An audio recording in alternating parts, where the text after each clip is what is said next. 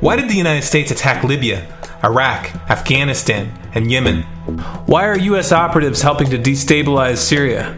And why is the United States government so intent on taking down Iran, in spite of the fact that Iran has not attacked any country since 1798?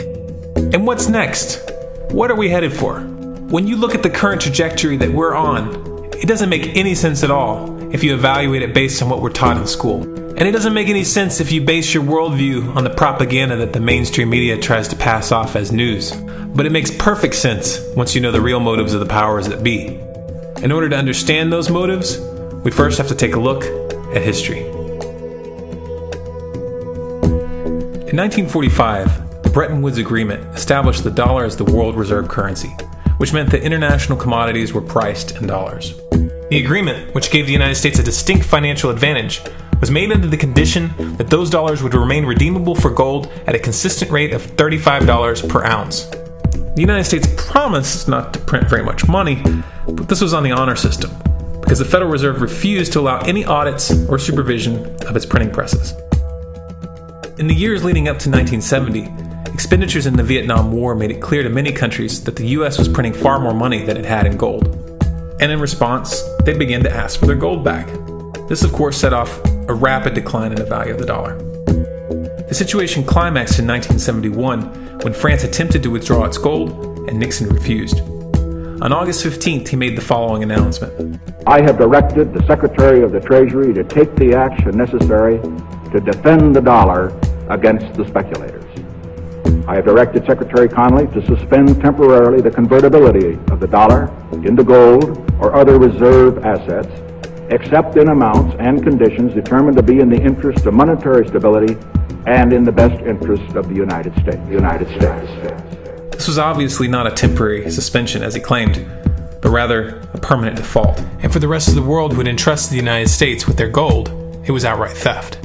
In 1973, President Nixon asked King Faisal of Saudi Arabia to accept only U.S. dollars as payment for oil and to invest any excess profits in U.S. Treasury bonds, notes, and bills. In return, Nixon offered military protection for Saudi oil fields. The same offer was extended to each of the world's key oil-producing countries, and by 1975, every member of OPEC had agreed to only sell their oil in U.S. dollars.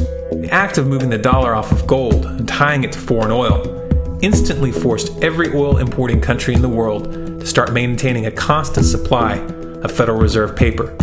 And in order to get that paper, they would have to send real physical goods to America. This was the birth of the petrodollar. Paper went out, everything America needed came in, and the United States got very, very rich as a result.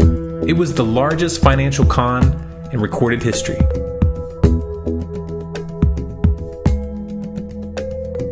The arms race of the Cold War was a game of poker. Military expenditures were the chips, and the U.S. had an endless supply of chips. With the petrodollar under its belt, it was able to raise the stakes higher and higher, outspending every other country on the planet, until eventually U.S. military expenditures surpassed that of all other nations in the world combined.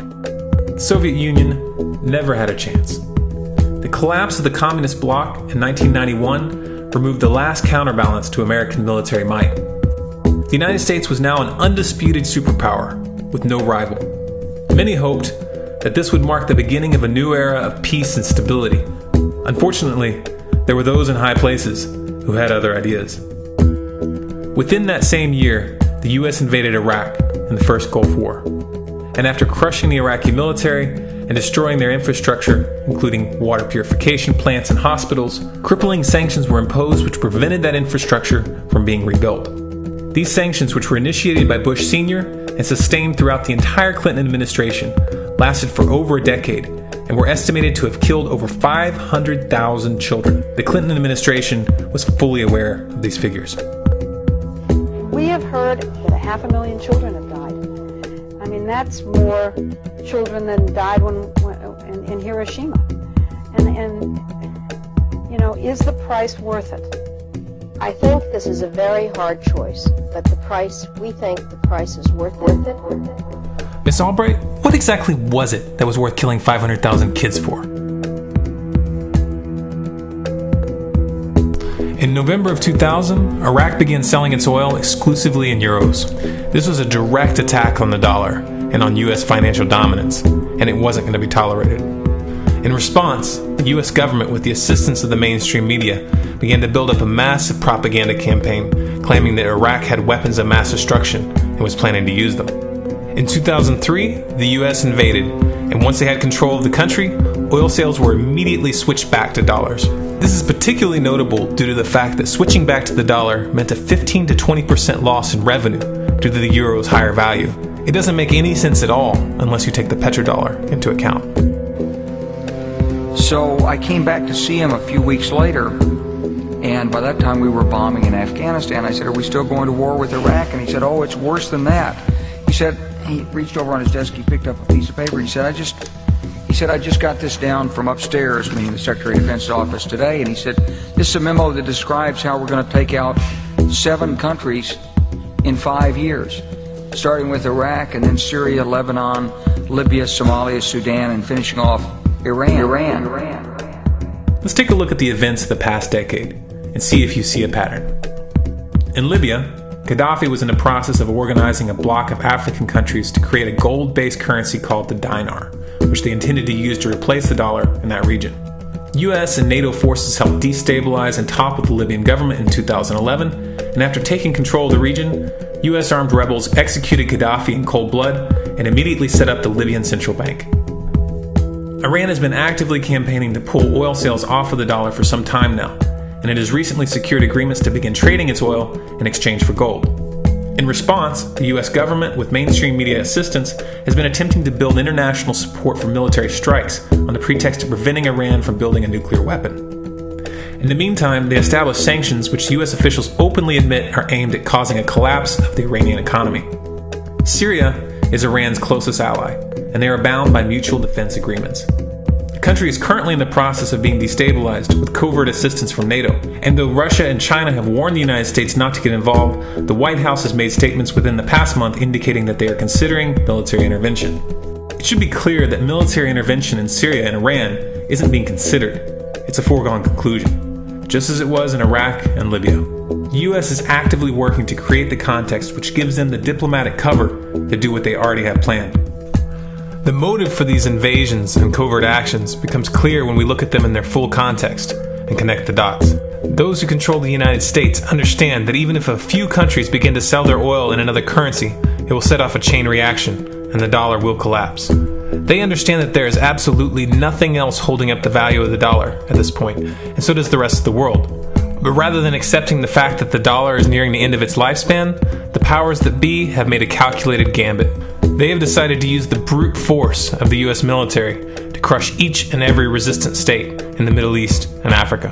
That in itself would be bad enough, but what you need to understand is that this is not going to end with Iran. China and Russia have stated publicly and on no uncertain terms that they will not tolerate an attack on Iran or Syria. Iran is one of their key allies, one of the last independent oil producers in the region, and they understand that if Iran falls, then they will have no way to escape the dollar without going to war. And yet the United States is pushing forward in spite of the warnings. What we are witnessing here is a trajectory that leads straight to the unthinkable. It's a trajectory that was mapped out years ago in full awareness of the human consequences. But who was it that put us on this course? What kind of psychopath is willing to intentionally set off a global conflict that will lead to millions of deaths just to protect the value of a paper currency? It obviously isn't the president. The decision to invade Libya, Syria, and Iran was made long before Obama had risen to the national spotlight. And yet, he's carrying out his duty just like the puppets that preceded him. So who is it that pulls the strings? Often the best answer to questions like this are found by asking another question. Qui bono? Who benefits? Obviously, those who have the power to print the dollar out of thin air have the most to lose if the dollar were to fall. And since 1913, that power has been held by the Federal Reserve. The Federal Reserve is a private entity owned by a conglomerate of the most powerful banks in the world. And the men who control those banks are the ones who pull the strings.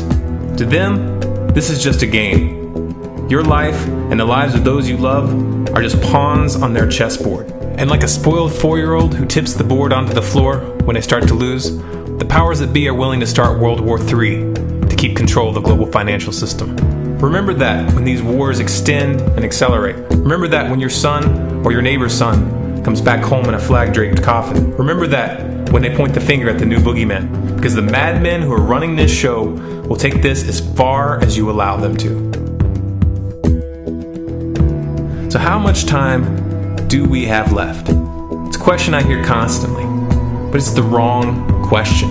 Asking how much time we have left is a passive posture. It's the attitude of a prisoner who's waiting to be taken out to a ditch and shot in the back of the head.